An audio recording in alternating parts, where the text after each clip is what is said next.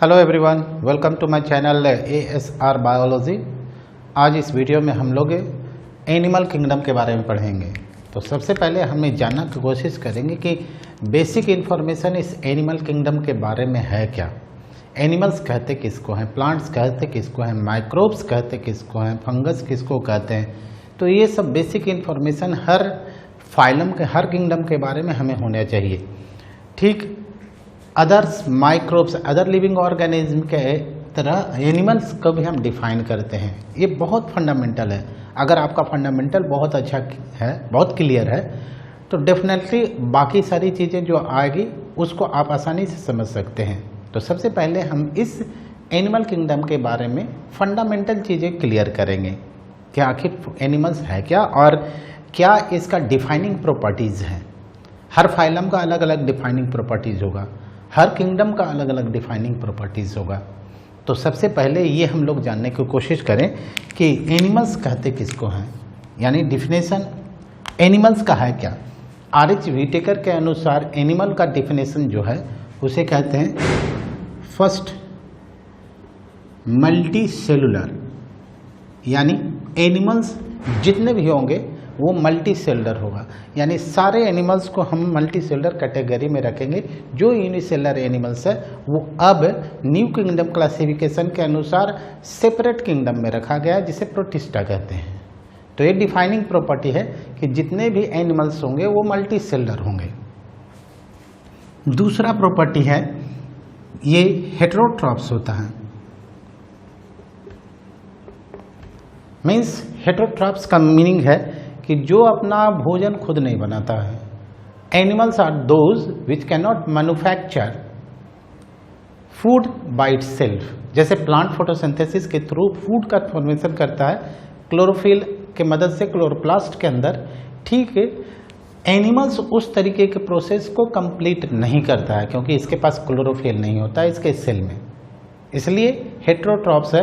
ये दूसरे से, hetero means different, trophs means to feed, ये दूसरे से भोजन लेता है। जैसे प्लांट पर डिपेंडेंट होता है एनिमल, प्लांट को खाता है या प्लांट पार्ट्स को खाता है, तो उसे हम लोग एनिमल्स कहेंगे। तीसरा होलोजोइक न्यूट्रिशन कंप्लीट करेगा, यानी ये कंप्लीट फूड लेगा। होलोजोइक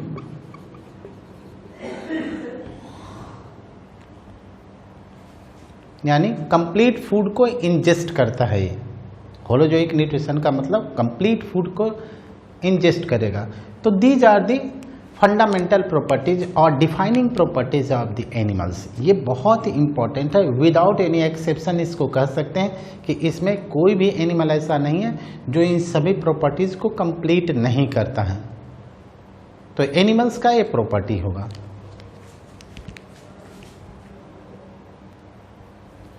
इस अर्थ पर बहुत सारे एनिमल्स हैं, लेकिन उनमें लार्ज डाइवर्सिटी है। जो एनिमल मल्टी सेलुलर एनिमल है उसमें टिश्यू का भी फॉर्मेशन हो सकता है, टिश्यू का फॉर्मेशन नहीं भी हो सकता है। किसी में ऑर्गन हो सकता है, ऑर्गन नहीं भी हो सकता है। किसी में ऑर्गन सिस्टम हो सकता है, नहीं भी हो सकता है। Diversity on the basis of body structure, diversity on the basis of habitat, diversity on the basis of mode of nutrition, diversity on the basis of digestion, respiration, circulation, यानी काफ़ी डाइवर्सिटी है एनिमल्स और animals के बीच में। बावजूद इसके there is some, in spite of that there is some basic similarities, बावजूद इसके कई उसमें बहुत कॉमन सिमिलरिटीज़ होता है। उस कॉमन सिमिलरिटीज़ के बेसिस पर हम लोग एनिमल्स को क्लासीफाई करते हैं, और क्लासिफिकेशन का मीनिंग है कि उनके डिफरेंट कन्वीनियंट कैटेगरी में उसे रखना। तो उसे हम लोग क्लासीफाई करेंगे और देखते हैं कि किस बेसिस पर इन सभी एनिमल्स को हम क्लासीफाई करते हैं। बेसिस ऑफ क्लासिफिकेशन होता क्या है, तो देखिए basis of classification, this is very basic information, बहुत ही बेसिक इंफॉर्मेशन है इस एनिमल किंगडम के बारे में। You should pay your attention over here. तो ये बेसिक इन्फॉर्मेशंस में पहला हम लोग देखेंगे किस बेसिस पर हम क्लासीफाई करते हैं सभी एनिमल्स को। तो पहला है बेसिस ऑफ क्लासिफिकेशन, ये लेवल ऑफ ऑर्गेनाइजेशन, यानी एनिमल्स का बॉडी का जो ऑर्गेनाइजेशन है उसका लेवल क्या है। क्या वो प्रोटोप्लाज्म का बना हुआ है, क्या वो सेल का ही सिर्फ बना है, क्या वो टिश्यू का बना होता है, क्या ऑर्गन का बना होता है, क्या ऑर्गन सिस्टम भी होता है या नहीं होता है। तो इस तरीके से हम लोग लेवल ऑफ ऑर्गेनाइजेशन देखेंगे एनिमल्स में। तो पहला है level of organisation, this is first basis of classification. दूसरा हम लोग देखेंगे, इसे डिटेल्स में पढ़ेंगे।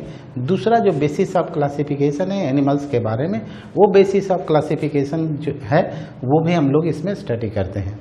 तो देखें दूसरा बेसिस ऑफ क्लासिफिकेशन हमारा क्या है, tissue level,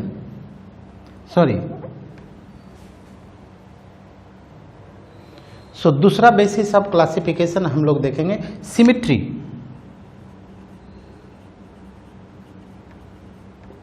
symmetry means arrangement, यानी बॉडी का जो इंटरनल स्ट्रक्चर है, इंटरनल पार्ट्स है, वो कैसे अरेंज है, वो डिसेक्ट करके हम देखेंगे तो क्या उसके सारे ऑर्गन्स और सारे सिस्टम दो इक्वल हाफ में मिलता है या नहीं मिलता है, क्या हम उसे दो इक्वल हाफ में डिसेक्ट कर भी सकते हैं या नहीं कर सकते हैं, या मल्टी डिवीज़न कर सकते हैं और सभी डिवीज़न में हमें इक्वल स्ट्रक्चर मिलेगा या नहीं मिलेगा।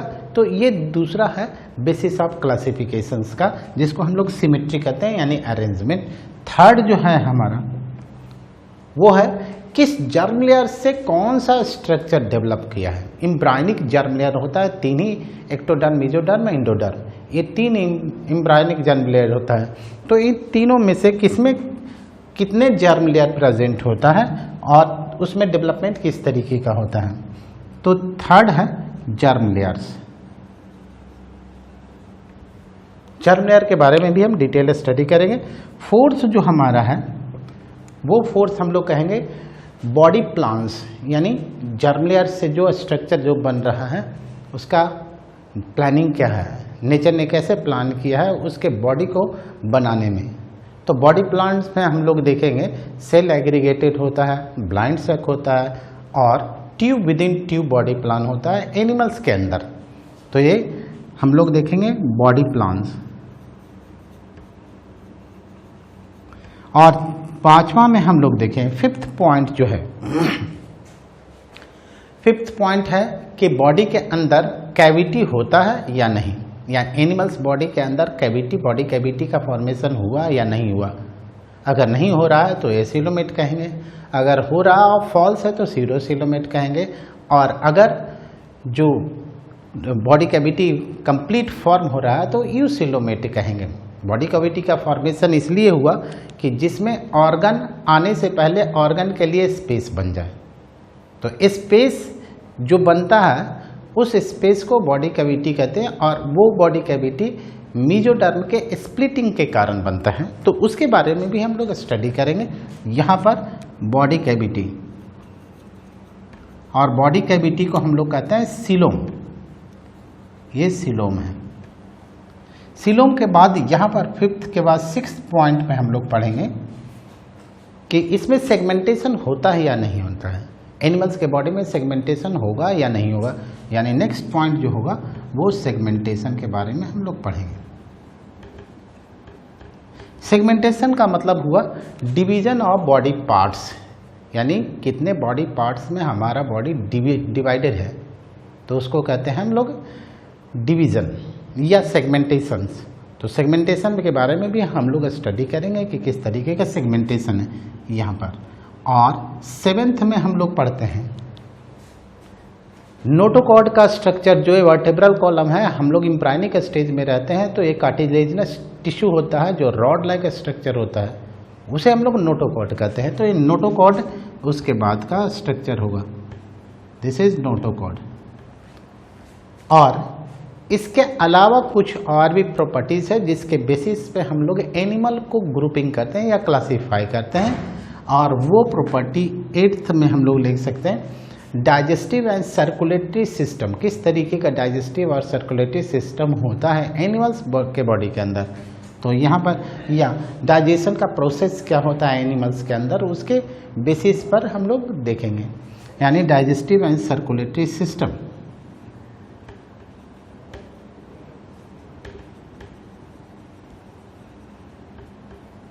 तो इतने बेसिस है एनिमल को क्लासिफाई करने का।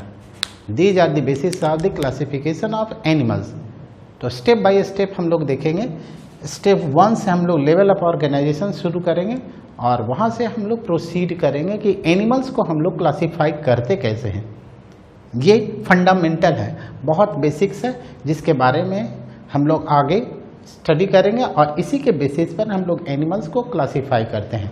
तो these are the common features present in all animals in spite of large diversity amongst animals, यानी ये सब कॉमन फीचर्स है और इन एनिमल्स में इतनी डाइवर्सिटी होने के बाद भी, डाइवर्सिटी का मतलब वैराइटीज होता है, चेंजेज होता है, एक दूसरे इंडिविजुअल में क्या क्या अंतर है उसके बेसिस पे हम लोग डाइवर्सिटी कहते हैं, लेकिन फिर भी सभी में कुछ ना कुछ कॉमन फीचर्स होते हैं, कॉमन कैरेक्टर्स होते हैं, जिसके बेसिस पे हम इसको क्लासीफाई करते हैं, ग्रुपिंग करते हैं।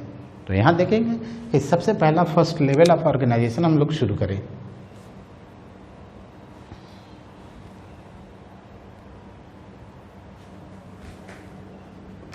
लेवल ऑफ ऑर्गेनाइजेशन,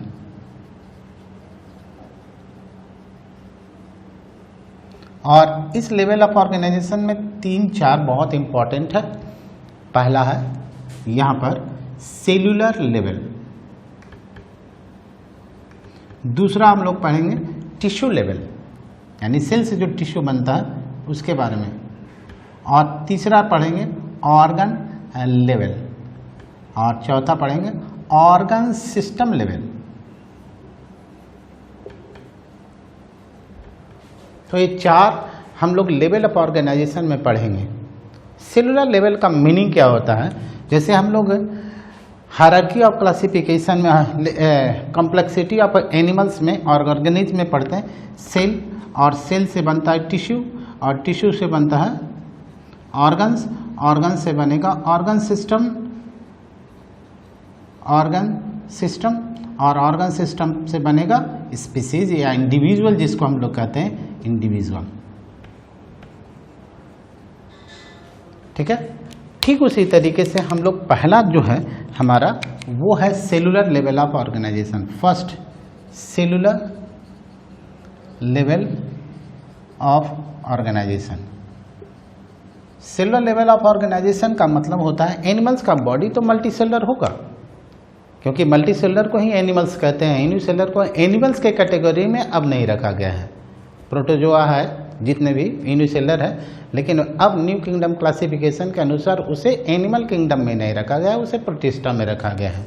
जितने भी यूनिसेलुलर एनिमल्स और प्लांट्स है वो सभी प्रोटिस्टा कहलाता है, यानी प्रोटोफाइटा और प्रोटोजोआ को प्रोटिस्टेंस में रखा गया है। लेकिन यहाँ पर सेलुलर लेवल का मतलब यह है कि मल्टी सेलुलर तो होगा, लेकिन उसमें जो ऑर्गेनाइजेशन होगा बॉडी का वो डिफरेंट सेल्स से बना हुआ रहेगा। सिमिलर सेल्स एक जगह एग्रीगेट नहीं होता है। तो इसमें लिखेंगे body made up of organisation of different cell.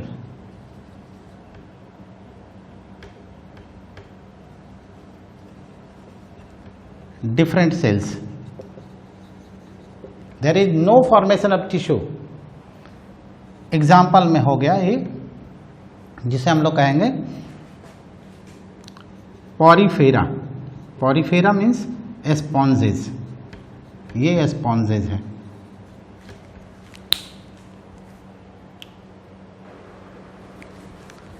Poriferans में एक और ख़ास प्रॉपर्टीज होता है, और वो ख़ास प्रॉपर्टी है क्या कि इस पॉरीफेरन यानी स्पॉन्जेज में कोई टिश्यू नहीं होता, कोई मोटेलिटी नहीं होता है। तो mortality is not the defining property of animals, क्योंकि यहाँ पर तो एक्सेप्शंस है, इसमें 2 चीज़ें नहीं होती हैं जो एनिमल का बिहेवियर है।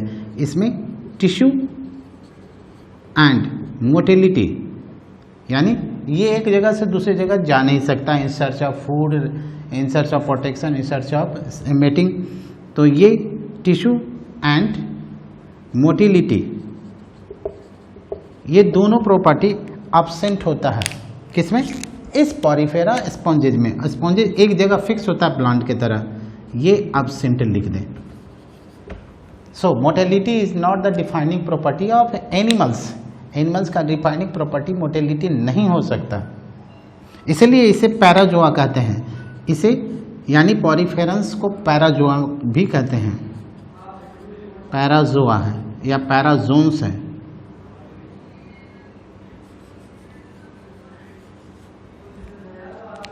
इसके बारे में भी हम लोग बाद में पढ़ेंगे, पहले फंडामेंटल्स तो क्लियर कर लें उसके बाद, ठीक है। तो ये सेलुलर लेवल ऑफ ऑर्गेनाइजेशंस में आ गया। दूसरा हम लोग देखेंगे नेक्स्ट जो हमारा है टिश्यू लेवल ऑफ ऑर्गेनाइजेशन, और किस में टिश्यू होता है वो भी हम लोग स्टडी करें टिश्यू लेवल ऑफ ऑर्गेनाइजेशन में।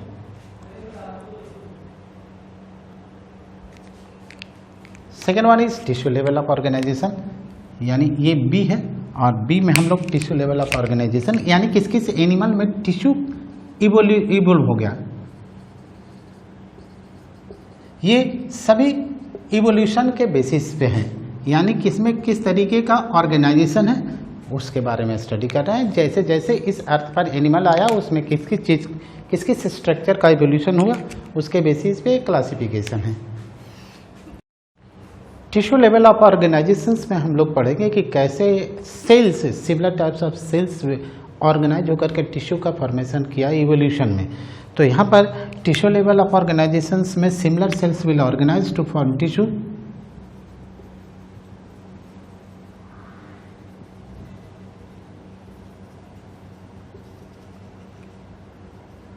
and the body of animals made up of tissue। और ये टिश्यू लेवल ऑफ ऑर्गेनाइजेशन किस एनिमल्स में होगा, तो इसमें दो ऐसे फाइलम्स हैं जिसमें टिश्यू लेवल ऑफ ऑर्गेनाइजेशन होता है, और ये दो फाइलम ये दोनों हैं। एग्जाम्पल में इसे हम लोग लिख सकते हैं। पहला है सिलेंट्रेटा। सिलेंट्रेटा का दूसरा नाम है टेनोफोरा, क्योंकि इसमें स्पेशलाइज सेल्स होता है नीडोब्लास्ट, इसलिए टेनोफोरा भी कहते हैं, क्योंकि नेमाटोब्लास्ट सेल्स से स्पेशल सेल्स होता है इस फाइलम का, इसलिए पहला है सिलेंट्रेटा और दूसरा है टेनोफोरा। तो इसे निडेरियंस भी कहते हैं, क्योंकि नीडोब्लास्ट इसमें स्पेशलाइज सेल्स होता है, जिसके कारण इसका नाम पड़ा निडेरियन। तो ये दो ऐसे फाइलम हैं जिस फाइलम में टिश्यू लेवल ऑफ ऑर्गेनाइजेशन पहली बार इवोल्यूशन में आया, यानी सेल से सेलुलर लेवल से एडवांस हो गया, थोड़ा कॉम्प्लेक्स हो गया ऑर्गेनिज्म और यहाँ टिश्यू लेवल तक पहुँचा। थर्ड जो हमारा है नेक्स्ट ऑर्गन लेवल, यानी जो ऑर्गन बनता है वो टिश्यू से बनता है सर्टेन प्रोपोर्शन और सर्टेन क्राइटेरिया के बेसिस पे। तो यहाँ हम लोग देखेंगे ऑर्गन्स किसको कहते हैं और ऑर्गन किस तरीके के फाइलम में ऑर्गन पहली बार इवोल्व हुआ, तो ये सभी हम इसमें देखते हैं।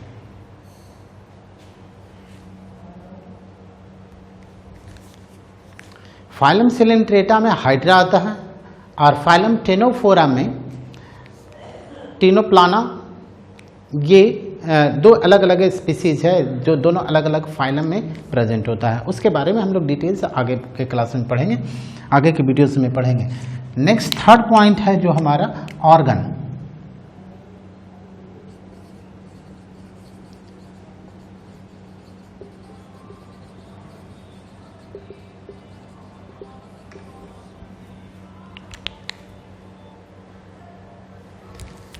यहाँ टिश्यू से जो ऑर्गन का फॉर्मेशन होगा वो स्पेसिफिक प्रोपोर्शन और स्पेसिफिक पैटर्न में टिश्यू जब ऑर्गेनाइज होता है तो ऑर्गन का फॉर्मेशन करेगा, यानी ऑर्गन बनेगा tissue organised in specific proportion and specific pattern to form organs। Animals with the organs called organ level of organisation.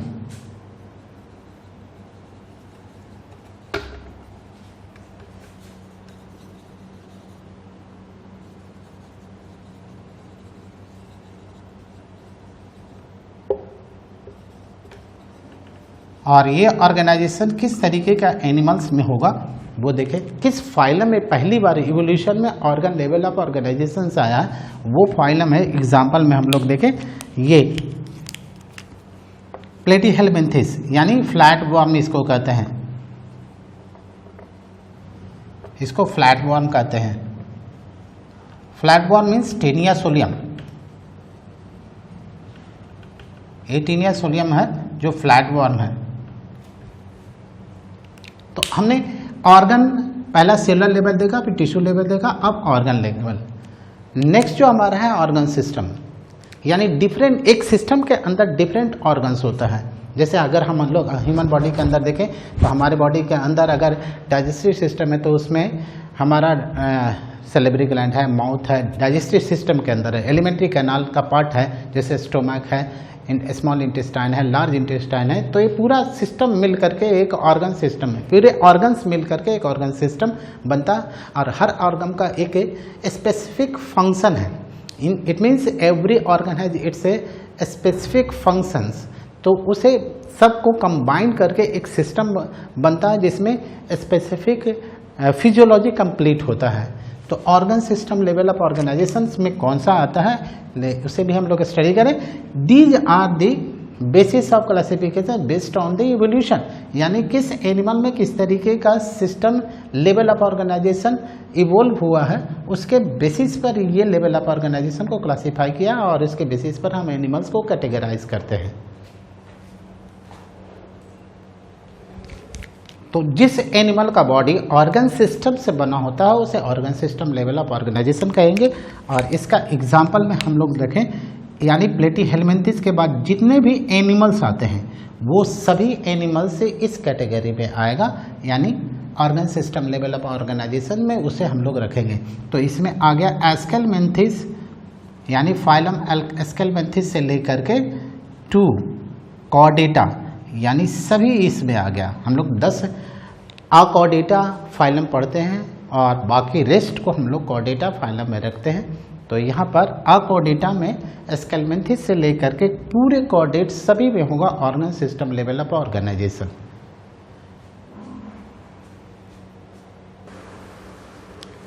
Next हम लोग देखें सिमेट्री अरेंजमेंट, यानी बॉडी का अरेंजमेंट किस तरीके है, बॉडी पार्ट्स का अरेंजमेंट किस तरीके का होता है हमारे बॉडी के अंदर, जिसके बेसिस पर हम लोग इसे क्लासीफाई करेंगे, ग्रुपिंग करेंगे।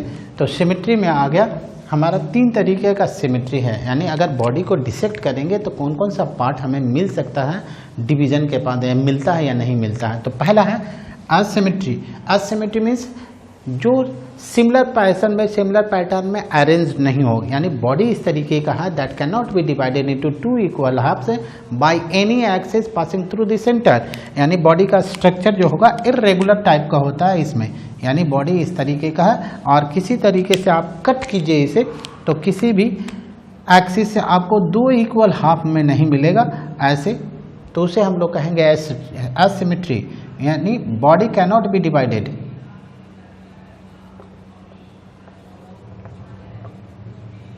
into 2 equal halves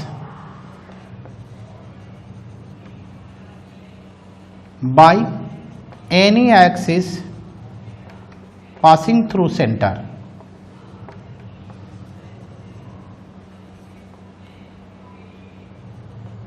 यानी इस सेंटर से अगर पास करके कट करेंगे तो किसी भी एक्सिस से पास करेंगे 2 इक्वल हाफ में नहीं मिलता अगर बॉडी, तो उसे कहते हैं असिमेट्री।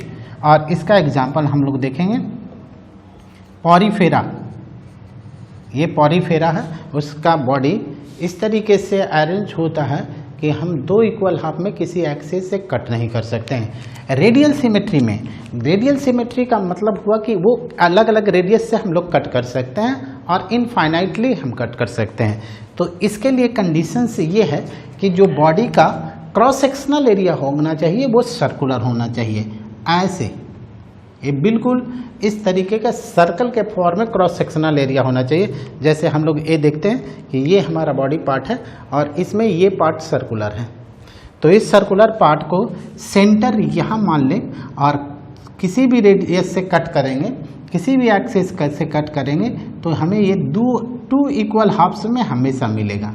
किसी भी एक्सिस से ऐसे कट करें 2 इक्वल हाफ्स में हमेशा मिलेगा, यानी इनफाइनाइट ऐसे इक्वल हाफ्स हम लोग कट कर सकते हैं जब भी सेंटर से पास करेंगे। तो इस तरीके का अरेंजमेंट होता है बॉडी का, तो उसे हम लोग रेडियल सिमेट्री कहते हैं। यानी कंडीशन से है कि इसका जो क्रॉस सेक्शनल एरिया होना चाहिए बॉडी का वो हमेशा सर्कुलर होना चाहिए, इसलिए इसको रेडियल सिमेट्री के कैटेगरी में रखते हैं। अब रेडियल सिमेट्री में का डिफिनेशन हम लोग देखें, बॉडी कैन नॉट बी या body can be divided, body can be divided into 2 equal halves by any axis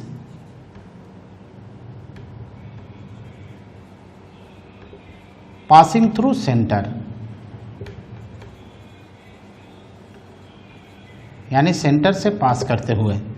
example में रेडियल सिमेट्री का जो फाइलम है उस फाइलम में हम लोग देखें कि कौन कौन सा फाइलम इसमें आता है। तो इसमें सबसे पहले इसके बाद का फाइलम जो हो गया वो है सिलेंट्रेटा, यानी हाइड्रा इसमें आता है, और दूसरा है सिलेंट्रेटा, दूसरा फाइलम है टेनोफोरा। ये दोनों हम लोग देखें, इन दोनों का बॉडी क्रॉस सेक्शनल एरिया का बना होता है। स्फेरिकल स्ट्रक्चर जो क्रॉस सेक्शनल एरिया जो होता है वो स्फेरिकल इन शेप होता है, दैट्स वाई ये 2 इक्वल हाफ में देता है। इसके अलावा जो एडल्ट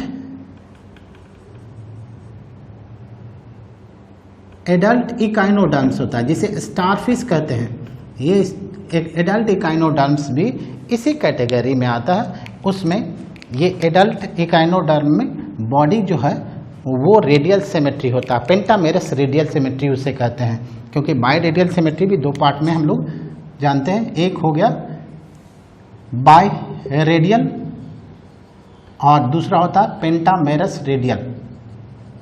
ये पेंटामेरस रेडियल होता है, जैसा स्टारफिश में हम लोग देते हैं। स्टारफिश एडल्ट स्टारफिश जो होता है, एडल्ट इकाइनोडर्म्स जो होता है वो पेंटामेरस रेडियल सिमेट्री के कैटेगरी में रखा जाता है।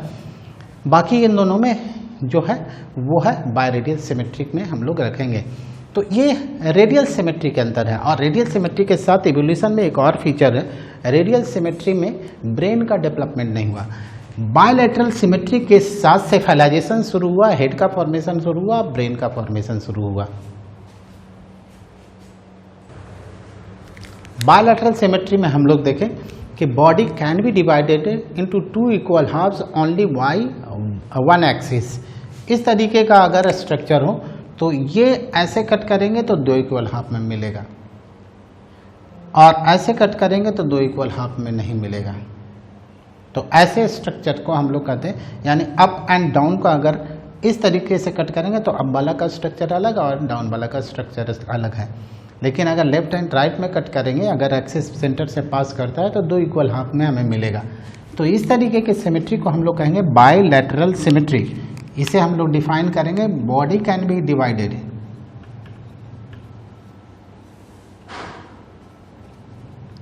Into 2 equal halves by only 1 plane.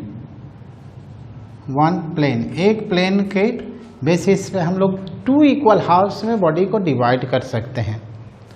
और वन मोर इन्फॉर्मेशन है about bilateral symmetry. Bilateral symmetry के साथ साथ सेफलाइजेशन स्टार्ट हुआ, यानी cephalization started with the bilateral symmetry. ये भी यहाँ नोट डाउन करेंगे इवोल्यूशन में। सेफलाइजेशन का मतलब होता है फॉर्मेशन ऑफ हेड। यहाँ पर हो गया फॉर्मेशन ऑफ हेड, और फॉर्मेशन ऑफ हेड जो स्टार्ट होगा यहाँ, ये फॉर्मेशन ऑफ हेड है, और formation of head started with the evolution of the bilateral symmetry. यहाँ से ब्रेन का डेवलपमेंट होगा। इसका मतलब एडल्ट इकाइनोडर्म में जो कि रेडियल सिमेट्री है उसमें ब्रेन नहीं होगा, क्योंकि रेडियल सिमेट्री में ब्रेन का डेवलपमेंट हुआ ही नहीं, उसके बाद के इवोल्यूशनरी स्ट्रक्चर में ब्रेन का फॉर्मेशन शुरू हुआ है। तो यहाँ पर एग्जाम्पल हम लोग लिखेंगे। इसके बाद का फाइलम यानी टेनोफोरा के बाद आता है एस्केलमिंथिस, जिसमें राउंड वर्म होगा, 2 कॉर्डेटा यानी 2 कॉर्डेटा लिखें, 2 Chordata and larva echinoderms, echinos, larval echinoderms, यानी ये एडल्ट है, ये लार्वा, लार्वा में बायलैटरल सिमेट्री मिलेगा। तो this is the second basis of classification. Basis of classification में सेकेंड बेसिस ऑफ क्लासिफिकेशन ये हमारा है।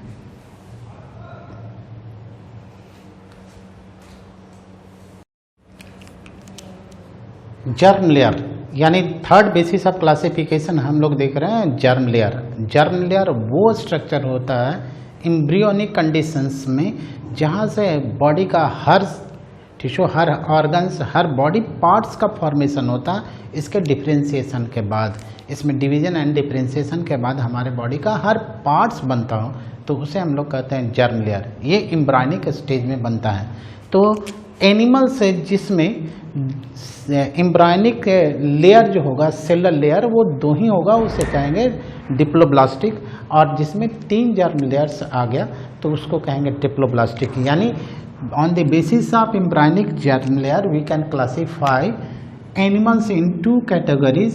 फर्स्ट जो हमारा है वो है डिप्लोब्लास्टिक, डिप्लोब्लास्टिक, और दूसरा है ट्रिप्लोब्लास्टिक। यहाँ दोनों नाम, या इसका नाम है डाई का मतलब ये यहाँ पर 2, ट्राई का मतलब 3, 3 एंड यहाँ 2, 2 और 3। यहाँ पर 2 का मतलब हुआ कि animals having embryonic cellular lining only 2। यहाँ पर animals having 2 embryonic cellular layer,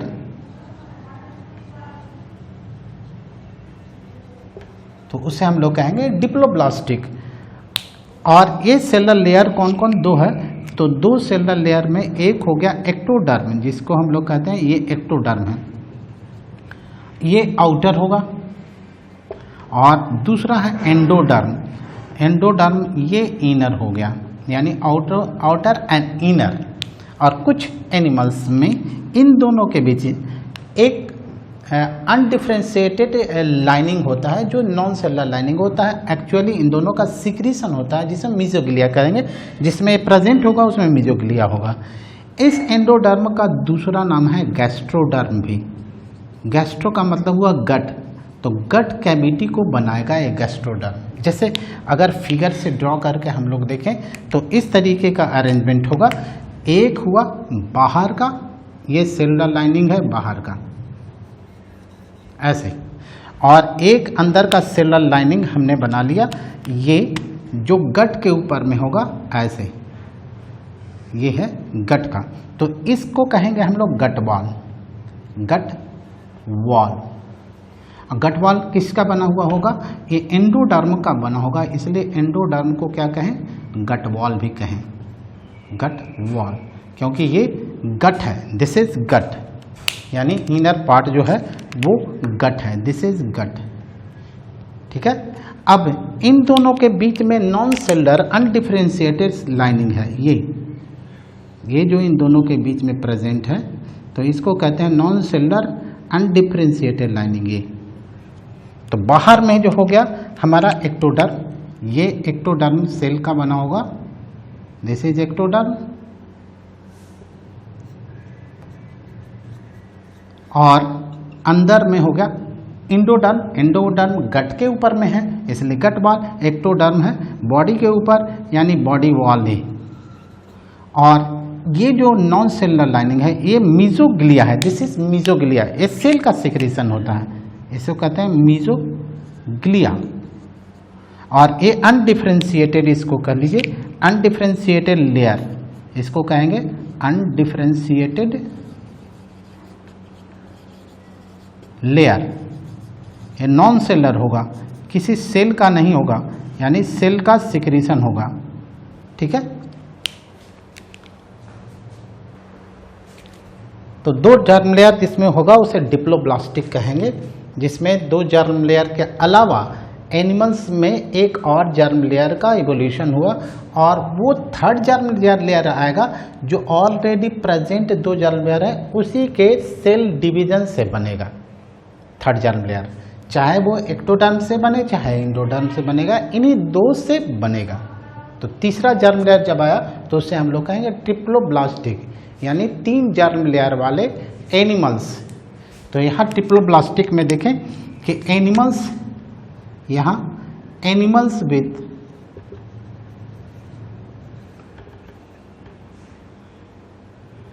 third germ layer mesoderm, ये मीजोडर्म जर्म लेयर के साथ बनेगा। तो ये मीजोडर्म यानी इस एनिमल्स में तीन जर्म लेयर हो गया, पहला एक्टोडर्म, ये एक्टोडर्म, दूसरा इंडोडर्म है, और इन दोनों के बीच में जो थर्ड जर्म लेयर आया वो थर्ड जर्म लेयर कौन सा आया, मीजोडर्म आ गया। और इवोल्यूशन में सबसे पहले जो जर्म लेयर आया वो फर्स्ट जर्म लेयर है, ये ectoderm. First evolve germ layer is ectoderm in evolution. Second germ layer जो हुआ ये हो गया endoderm, this is first one, this is second one, और ये क्या है, थर्ड जर्म लेयर। सबसे लास्ट में आने वाला जर्म लेयर है वो है मीजोडर्म। अब इसका स्ट्रक्चर हम लोग देखें कि ये बनेगा या तो इसके सेल डिवीजन एंड डिफरेंशिएशन से, या इसके डिवीजन एंड डिफरेंशिएशन से। तो यहाँ पर इन दोनों, जैसे हमें यहाँ पर देखें ये एक लाइनिंग है और एक लाइनिंग ये है, और हमने देखा ये गट के वॉल का है, दिस इज गट, और गट के वॉल के ऊपर में रहेगा उसको हम लोग क्या कहेंगे, इंडोडर्म, ये इंडोडर्म है। और बाहर वाला सेल लाइनिंग जो है वो इस तरीके का सेल लाइनिंग है, ये है, और ये कहलाया, ये हो गया एक्टोडर्म, ऐसे एक्टोडर्म है, और इन दोनों के बीच में ये सेलुलर लाइनिंग है,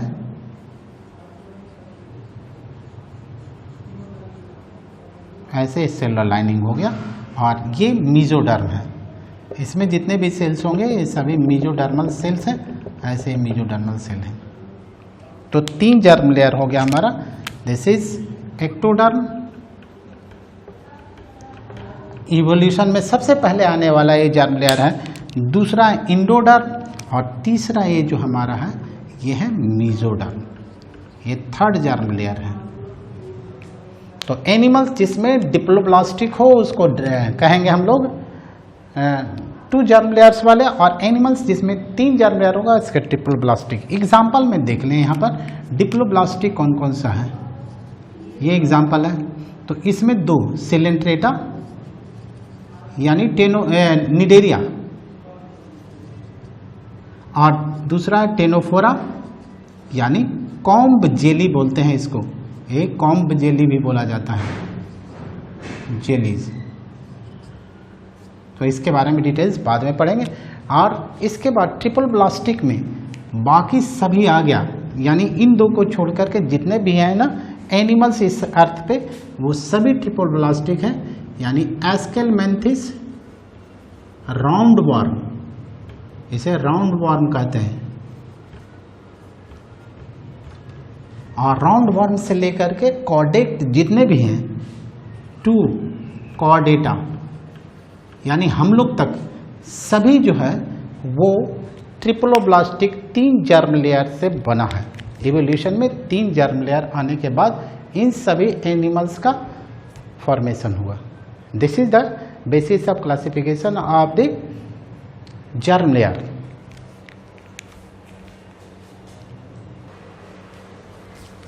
यहाँ पर देखें सीलोम यानी बॉडी कैविटी।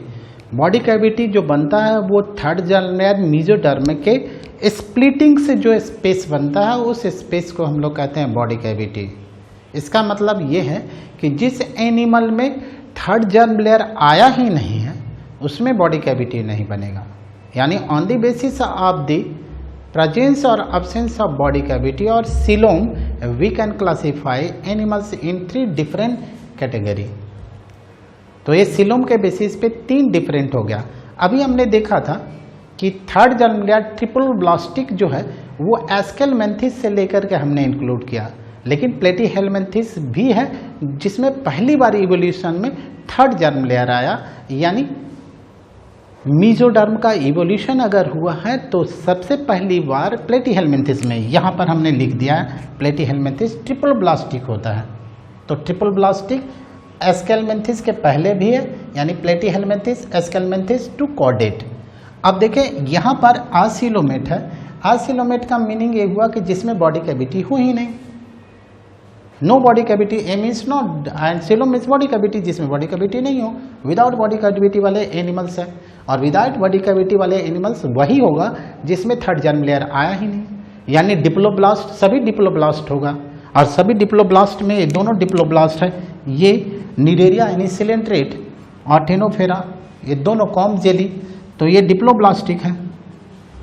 और डिप्लोब्लास्टिक में कोई थर्ड जर्म लेयर नहीं आया, इसलिए ये सीलोमेट हुआ। लेकिन ट्रिपलोब्लास्टिक में पहली बार थर्ड जर्म लेयर जो आया वो प्लेटीहेलमिन्थिस में आया, फ्लैटवर्म में आया। लेकिन फ्लैटवर्म में जो मेसोडर्म था वो सॉलिड मेसोडर्म, यानी थर्ड जर्म लेयर स्प्लिट ही नहीं किया है इवोल्यूशन में, इसलिए ये एनिमल विद सॉलिड मेसोडर्म। यहाँ पर देखेंगे कि यहाँ क्या है कि ये बॉडी कैविटी तो बना, लेकिन मेसोडर्म जो है वो एक्टोडर्म और एंडोडर्म के बीच में पाउचेज का फॉर्मेशन करेगा। यानी ये एंडोडर्म है, ये एंडो, और ये एक्टो है, और ये एक्टोडर्म का लाइनिंग है, और बीच में ये पाउचेज के फॉर्म में ये ऐसे प्रेजेंट होगा इस तरीके से। तो एक पाउच बन गया, ये पाउच बन गया, इस मेसोडर्म के कारण ये पाउच का फॉर्मेशन हो गया। तो ये पाउच जो बनता है वो मेसोडर्म के डिस्ट्रीब्यूशन के कारण ऐसे ये पाउचेज के फॉर्म में प्रेजेंट होगा, ऐसे इरेगुलरली ये प्रेजेंट होता है। तो ये जो पाउच बना वो पाउच कहलाएगा false body cavity. This is false body cavity, this is false body cavity, this is false body cavity. यानी फॉल्स बॉडी कैविटी प्रेजेंट होने के कारण यहाँ पर ये मेसोडर्म लाइनिंग, यहाँ पर ये फॉल्स बॉडी कैविटी है। तो इसे हम लोग कहते हैं स्यूडो। स्यूडो का मतलब हुआ फॉल्स, फॉल्स हो गया। और फॉल्स बॉडी कैविटी यानी इसका लिखेंगे animals with false body cavity. यानी इस फाइलम के बाद जो ये ट्रिप्लोब्लास्टिक फ्लैटवर्म है उस फाइलम के बाद यहाँ पर फॉल्स बॉडी कैविटी पहली बार आया, और इसमें हम लोग इंक्लूड करेंगे प्लेटीहेलमिन्थिस के बाद एस्केलमेंथिस को। एस्केलमेंथिस पहला ऐसा एनिमल है जिसमें ये पाउचेज के फॉर्म में है, ये पाउचेज है जिसको हम लोग कहेंगे फॉल्स सीलोम। इन पाउचेज मेसोडर्म इन पाउचेज फॉर्म, ये पाउचेज के फॉर्म में प्रेजेंट होगा। तो ये थर्ड जर्म लेयर पहली बार इवोल्यूशन में जब आया तो ये स्प्लिट नहीं हुआ, फिर जब स्प्लिट हुआ तो पाउचेज इरेगुलरली ये डिस्ट्रीब्यूट हुआ, जिससे पाउचेज का फॉर्मेशन हुआ जो एस्केलमेंथिस में इवोल्व होकर के आया। तो अब तक हमने देखा क्या कि ये acoelom means no body cavity, और animals with no coelom means no body cavity called acoelomate. तो एसिलोमेट का एग्जाम्पल हमने देख लिया, इसमें 3 एग्जाम्पल हमने पढ़ा, ctenophora, coelenterata, ctenophora and platyhelminthes. Platyhelminthes में थर्ड जर्म लेयर होने के बाद भी बॉडी कैविटी नहीं आया क्योंकि थर्ड जर्म लेयर स्प्लिट ही नहीं हुआ, सॉलिड मेसोडर्म है। Pseudocoelomate means false body cavity जिसमें कभी बॉडी कैविटी बना। पर वो बॉडी कैविटी पाउचेज के फॉर्म में एक्टोडर्म और इंडोडर्म के बीच में प्रेजेंट होगा, जिसमें एस्केलमेंथिस हमने पढ़ा। अब थर्ड जो हमारा है यू मीन्स ट्रू। यहाँ पर ट्रू बॉडी कैविटी वाले एनिमल्स होंगे, ये इसका मीनिंग है ट्रू, यानी true body cavity. True coelom यानी रियल में सिलोम तो बना, और एनिमल्स में अगर सिलोम है तो उसे ट्रू सिलोमेट कहेंगे, यू सिलोमेट कहेंगे। तो ये यू सिलोमेट दो अलग अलग तरीके का होता है, एक होता है साइजो सिलोम और दूसरा होता है एंटेरोसिलोम। यानी बॉडी कैविटी जो बना, साइजो का मतलब हुआ बॉडी वॉल, बॉडी वॉल, और एंटेरो का मतलब होता है गट वॉल, गट वॉल। यानी थर्ड जर्म लेयर यहां पर एक्टोडर्म से ओरिजिन किया और स्प्लिट कर गया, और यहां पर थर्ड जर्म लेयर इंडोडर्म से ओरिजिन किया और स्प्लिट कर गया। जैसे यहां पर फिगर के थ्रू देखें कि यहां ऐसे ये इस तरीके का है, गट है, ये गट है, और इसके वॉल को हम लोग गट वॉल या एंडोडर्म कहेंगे। जबकि यहाँ पर बाहर वाला जो पार्ट है ऐसे, ये पार्ट ये है एक्टोडर्म, और इससे बाहर वाले पार्ट से यानी बॉडी वॉल से थर्ड जर्म लेयर ओरिजिन किया और स्प्लिट कर जाएगा। ऐसे ओरिजिन किया, स्प्लिट कर गया, बाद में जाकर के दोनों मिल जाएगा, और ये दोनों जो है मीजोडर्म है। दोनों साइड जो बॉडी कैविटी लाइन होगा वो मीजोडर्म से होगा, यानी ये सेलुलर लाइनिंग भी मीजोडर्म है, और ये पूरे स्प्लिटिंग है, इसलिए मीजोडर्मल लाइनिंग ही होगा, दूसरा नहीं हो सकता। लेकिन ये बॉडी वॉल एक्टोडर्म से ओरिजिन किया है, this is ectoderm and this one is endoderm. तो थर्ड जर्म लेयर जो ओरिजिन किया वो एक्टोडर्म से और स्प्लिट हो गया, इसलिए इस तरीके के बॉडी कैविटी को हम साइजोसिलोम कहेंगे और एनिमल्स को साइजोसिलोमेट कहेंगे। तो यहां पर लिखेंगे थर्ड जर्म लेयर और body cavity form by the formed by splitting of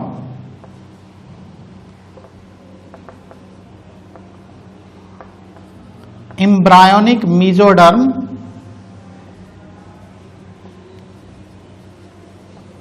originating from ectoderm, from ectoderm। Example में आता है 3, इसके एग्जाम्पल्स हैं। इसमें 3 बहुत इंपॉर्टेंट एनिमल फाइलम है, एनेलिडा, आर्थ्रोपोडा एंड मोलस्का। आप इसे आम याद रखें, आम में ये साइजोसिलोमेट होता है, लेकिन यहां पर इस तरीके का गट वॉल है, और इस gut wall, this is gut, और ये एक्टोडर्म हो गया बाहर का एक्टोडर्म वाला, ये एक्टोडर्म है, और ये इंडोडर्म है, इंडो, दिस इज एक्टो। जो थर्ड जर्म लेयर ओरिजिन करेगा वो इसके सेलुलर लाइनिंग से ओरिजिन करेगा, यानी इंडोडर्म के सेलुलर लाइनिंग से ओरिजिन किया और स्प्लिट कर गया, ऐसे ओरिजिन किया और ऐसे स्प्लिट कर गया, और स्प्लिट करने के बाद ये बॉडी कैविटी बना दिया। तो ये दोनों साइड मीजोडर्म होगा एंड दिस इज सिलोम। तो ऐसे को कहेंगे एंटेरोसिलोमेट। डिफिनेशन ऐसा ही रहेगा, body cavity form by the splitting of the embryonic mesoderm originating from endoderm और गट वॉल। तो इसे एंटेरो मीन्स गट हुआ और गट वॉल से ओरिजिन किया, इसीलिए इसे कहे एंटेरोसिलोमेट, और एनिमल एंटेरोसिलोम कहेंगे, एनिमल को एंटेरोसिलोमेट कहेंगे। इसका एग्जाम्पल जो हो गया, इसका एग्जाम्पल 3 हो। इसके बाद का जो भी फाइलम है इकाइनोडर्मेटा टू कॉर्डेटा, यानी कॉर्डेटा तक सभी ये आता है। This is the basis of classification based on the coelom और बॉडी कैविटी। ये बॉडी कैविटी के बेसिस पर हमने एनिमल को क्लासीफाई किया। Hope you will like this video. If you will like, share and subscribe. Thanks a lot for watching.